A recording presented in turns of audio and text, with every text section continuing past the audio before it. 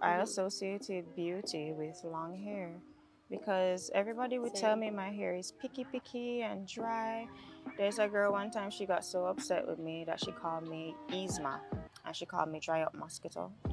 What? And it was so traumatizing for me. I wore a lot of baggy clothes because of that. I used to get told like. And I never tried to be pretty either. I was told I was going to be a pretty dunce. What? Yeah. I had a teacher in grade 5 literally say it to me, and I was like, am I dumb? No, you're not. Maybe I'm ditzy, but am I dumb? No. And I was like, I have little moments, don't get me wrong. I have my little moments where I'm like, really and truly. But I didn't realize how much that set me back, kind of, because then I started doubting myself so much more. And then it wasn't helpful because, like, my mom kind of did the same thing sometimes, where if she asks me what color is the sky today, I go outside, look at it and say, well, it's gray. She'll come and have to look for herself. What? So it was like, that definitely probably chipped at your confidence. No, it right? chipped at my confidence so much. I just think it chipped at my mind. And then when it came to my acne and trying to get over all of that, because high school I was covered.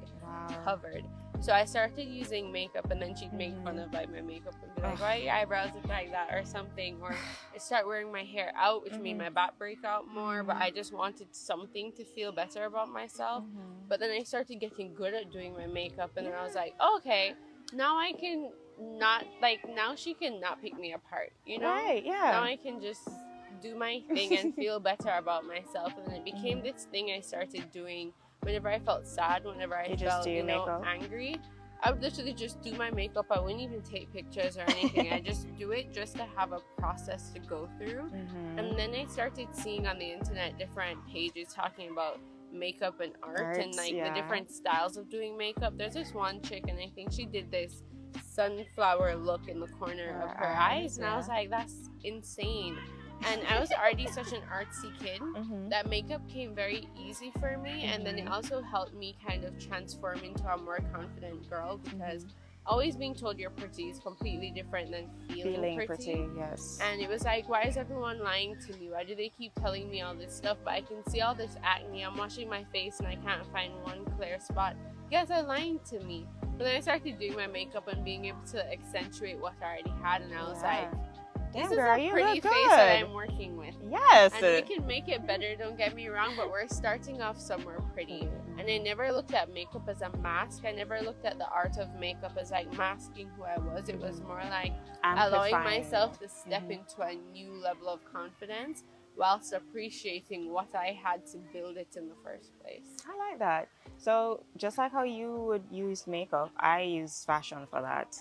So for me, what I realized is that I was like, okay, I don't have the pretty face, but I have the model-less feet, you know, figure. So let me use that as my superpower. Let me use that to change the way how I feel about myself, change the way how I interact with the world.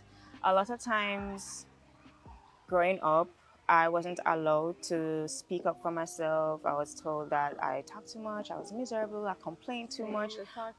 Right? But it was always so funny because it would be a thing where, no, I just want to follow the rules. I want to understand what's happening. I want to know more. I want to be better.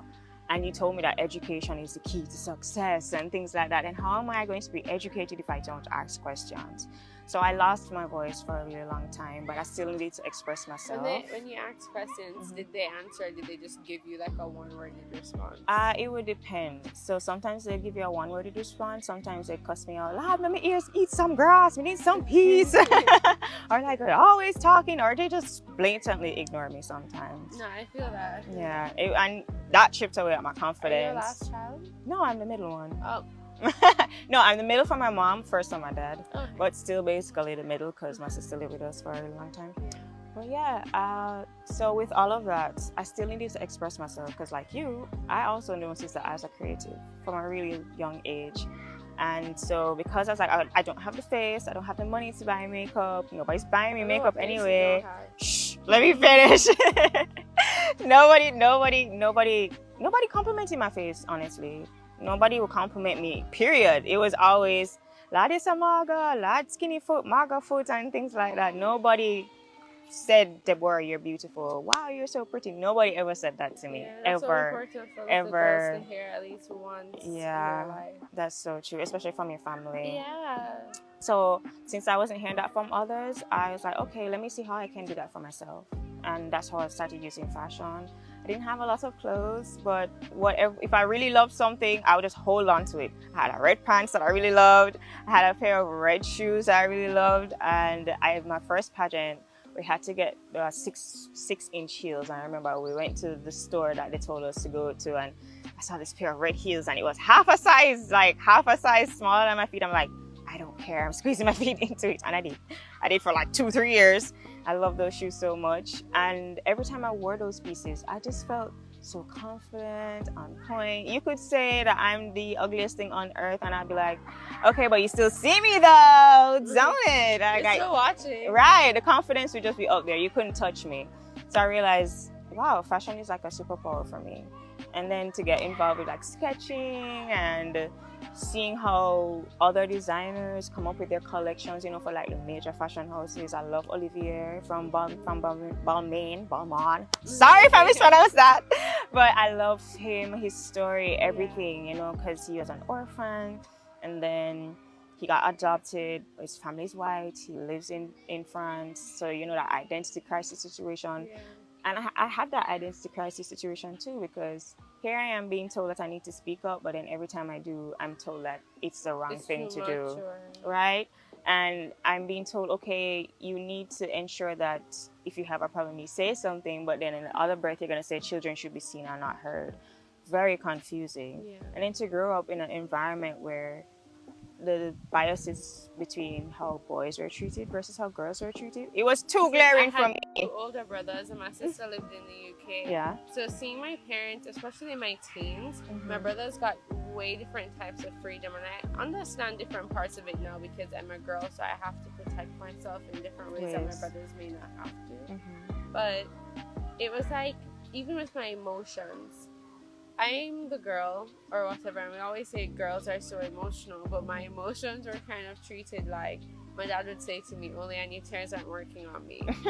And I'd be like, well, damn, I thought I wasn't trying to get them to work on you. Right, you're just expressing how you feel. And if it wasn't that, I got into the habit of crying in my closet. What? Literally, I found the key to my room door, and I would lock myself in my room and go in because I had like a walk-in closet. I'd just go to the back of my closet, and that was my space. And then my mom sometimes would come and try to check on me. And I used to be like, what for? Like, why are you here? You're the reason I'm in here in the first place, right? Like, I don't want to, I cry in my closet for a reason. And if I felt like crying to you, I would have came to you. But sometimes parents don't analyze how they made you learn how to cope in certain ways, but they just focus on the fact that you're coping that way, and that's the problem. Right, and then they focus on the fact that they think it's unhealthy instead of realizing, but I came to you first. Yeah, and I needed you. Yeah, now. But you told me that it's too much for you. And that safe space wasn't created, so now it's almost like it's so foreign for me to even think to come to you on certain things. Like, it's so true. When I looked back at a lot of the situations that I got into that ended up creating traumatic experiences for me, I had questions before I even entered those situations, but there is no safe space for me to voice those concerns of mine.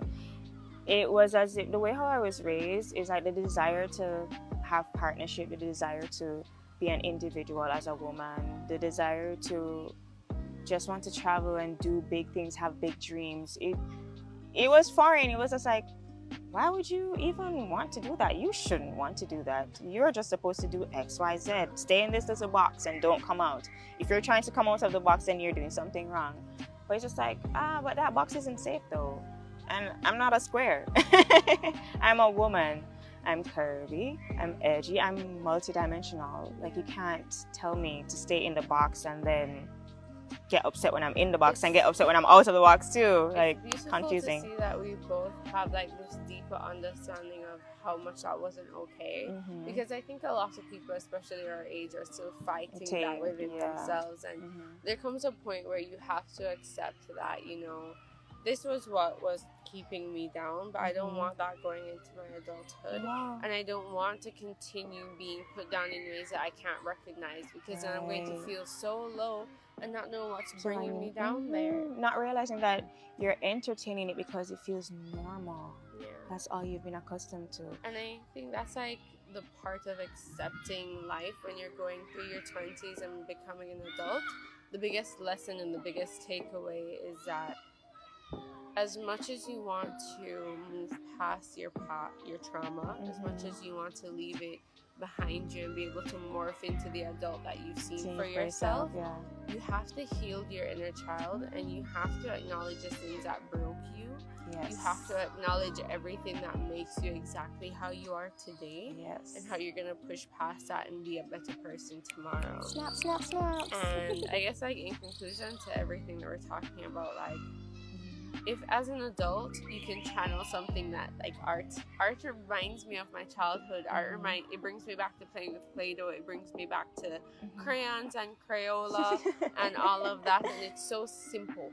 Yes, it is. It's simple. It is. And you just do what you want. You can make the stupidest thing, or you can make something so elaborate and deep to you. But whatever it is, it was a way for you to express. It was a way for you to take time for your mind to just do something just repetitively. Do something that would just calm you. Yeah, and like I'm admiring your earrings because they remind me of my rings and the shape, the spiral, and everything. It's so important to tap back. It's so important. Because we go around in like a circle sometimes, and sometimes we feel frustrated as if we're not getting better, while we keep ending up in these same situations, but we don't realize that we enter those situations as a different version of ourselves, stronger versions of ourselves, so we can handle it differently.